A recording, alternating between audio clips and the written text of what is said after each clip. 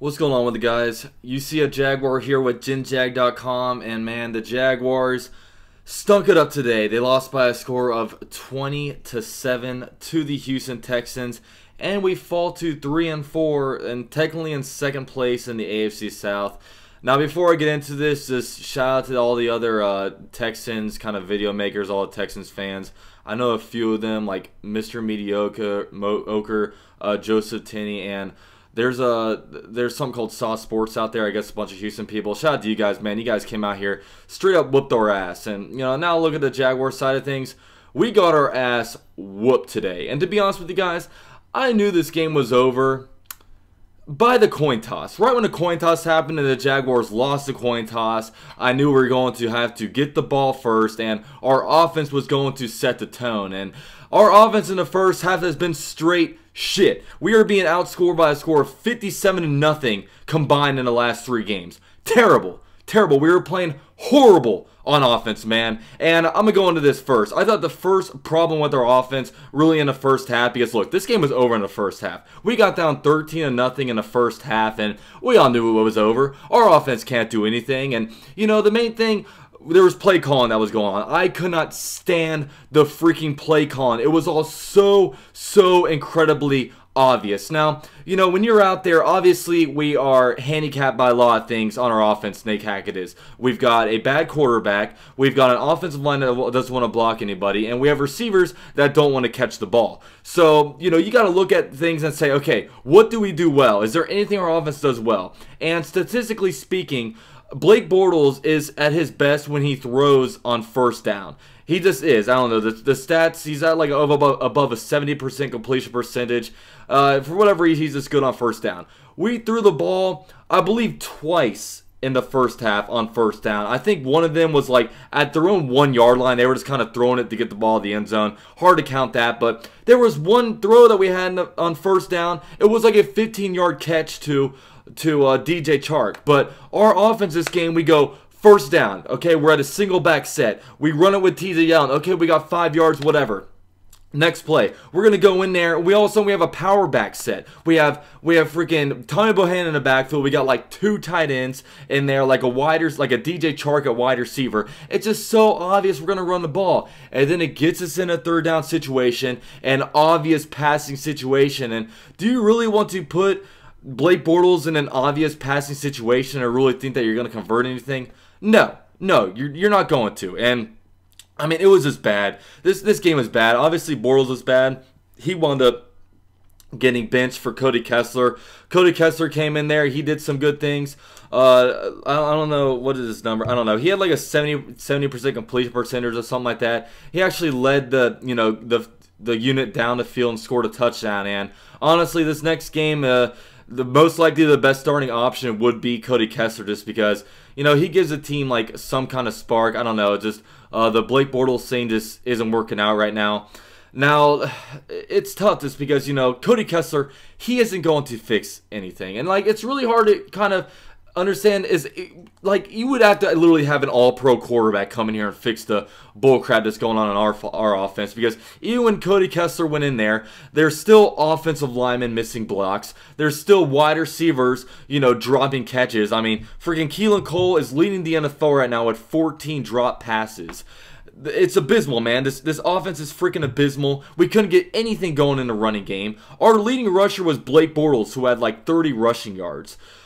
It's terrible, man. Our offense, I mean, it's bad. I don't know another way to put it, guys. We just suck. The playoff hopes, I mean, throw them out the window. I mean, the only thing we have a shot at is the AFC South, but right now, we're probably the 4th best team in the AFC South. Texans and Titans are going to be battling for first place. I mean, you look at the Colts. Yeah, the Colts are what, like 2-5 right now? But you look at their losses, they're putting up like 30, 40 points a game. We're out here lucky to score a damn touchdown. We're out here getting shut out in the first half. We are being outscored in the last 3 games by a score of 90-28. Like, are you kidding me? 90-28. This team that was once 3-1. The team that whooped the Patriots, a team that was just rolling. We've lost 3 in a row. We've lost 4 out of our last 5. I mean, we're worse than the NFL right now in turnover differential. We're like -12. there's no good bright spots to look at on this team besides the fact that, Cody Kessler came in there and provided like somewhat of a spark. But, really, like, I was really upset right at the start with really just the play calling. It was just so blatantly obvious everything we were going to do. We weren't throwing a ball downfield at all. We were just running it, and once we got in an obvious passing situation, that's when we decided to throw it. I mean, Bortles was bad too. We didn't get anything going in the run game. I mean, the defense was like, they let up like 20 points. I mean, one of them was basically gifted to them after a fumble. Bortles had 2 fumbles in this game trying to run the ball. One was in the second half, and it basically gave the Texans the ball right in the end zone. They scored like 2 plays later to DeAndre Hopkins. So, the defense did what they could this game. Granted, the turnovers weren't there and the sacks weren't there. They only got 1 sack. But, you look at, first of all, Lamar Miller, he rushed for 100 yards. That's disappointing. Their offensive line, that might be the worst in the NFL, kind of controlled our defensive line. Now, how much of that was attributed to just them being, the defense being tired from the offense being out there all the time? Who knows? Also, you look at Deshaun Watson's stats. He was 12 for 24, 139 yards and a touchdown. That looked like a lot of what Blake Bortles did last year, and some of the victories were like really he didn't really have to do much at all. Watson, the main thing that he was doing was just escaping sacks. He escaped several, probably like 2, 3, or 4 sacks, and got somewhat good yards out of it. I don't really remember, but it was just bad. The Jaguars, man, we're a bad team. We're 3-4 right now. We got the Eagles next week. Obviously we have Carlos Hyde is going to be coming in a couple weeks. Probably next week he's going to play against the Eagles. Fournette, who knows when he's going to be back. But really, like, there's going to be no saving grace to the offense. Unless you can, like, the only thing that could happen is either you bring in more talent, which is obviously tough because it's only going to be out there through like a trade, or some kind of emotional plug has to be inserted into this team because, like, one thing that's going on right now is there's like finger pointing. Like Jalen Ramsey, he spoke to media after this game, I'll put a tweet up on the board. You can, you can read that however way you want, but he's probably calling out the quarterback most likely. The locker room opened to media, and they were quickly exited from the locker room because apparently like there was a fight going on. Yannick Ngakoue was being held back by Calais Campbell. He was going after somebody, I don't know who. It's bad, man. This team is in total chaos right now. I don't know what to do, man. Unless we have we have more talent coming to the team. Obviously, we got Carlos Hyde through trade, but our receiver group might be the worst in the NFL. Our offensive line doesn't want to block anybody. Obviously, we have bad quarterback issues going on. It's bad. One thing with the receiver core, I'm kind of annoyed that we're not trying to give D.D. Westbrook the ball a little bit more because I think he's clearly our best receiver. We can't count on Keelan Cole to catch the ball. D.D. Westbrook looks kind of the most motivated out there. I'd like to maybe give D.J. Chark the ball a little bit, even though he messed up, basically catching the ball like, that kickoff. We basically got the ball at the 5-yard line. It was freaking terrible. But, maybe even, I know this is kind of, like, I don't know how good of a take this is, but maybe take a look at a guy like Dez Bryant, because the thing about Dez Bryant is obviously he can be a little bit of a pain on the sideline. He talks a lot, but the thing is, a lot of times he gets mad because he really, really cares about winning. And right now, I don't know who's stepping up in the receiver core right now. We have no alpha out there. You look at the offense. We don't really have any alphas on the offense at all.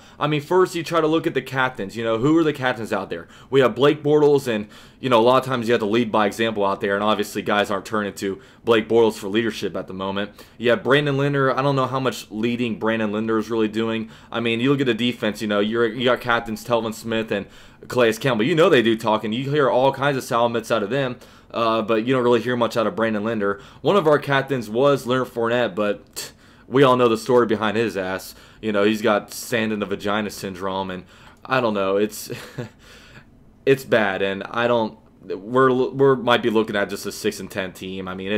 I don't see how I can have any kind of optimism in this team right now with just the way they're playing. Unless there's actually help that comes in on the offense, unless there's some kind of spark lit up in the offense. Cody Kessler can only do so much, but you even saw when Cody Kessler went in there, they're still missing blocks. They're still not running the ball at all. They're still dropping catches. It's abysmal. Just got to start with the play calling. We got to look at ourselves and figure out what the hell we want to do. But I don't know. Jaguars take the L. They're a bad team. I don't know what else to say. Let me know your happy thoughts in the comments section. And I'll see you guys next video.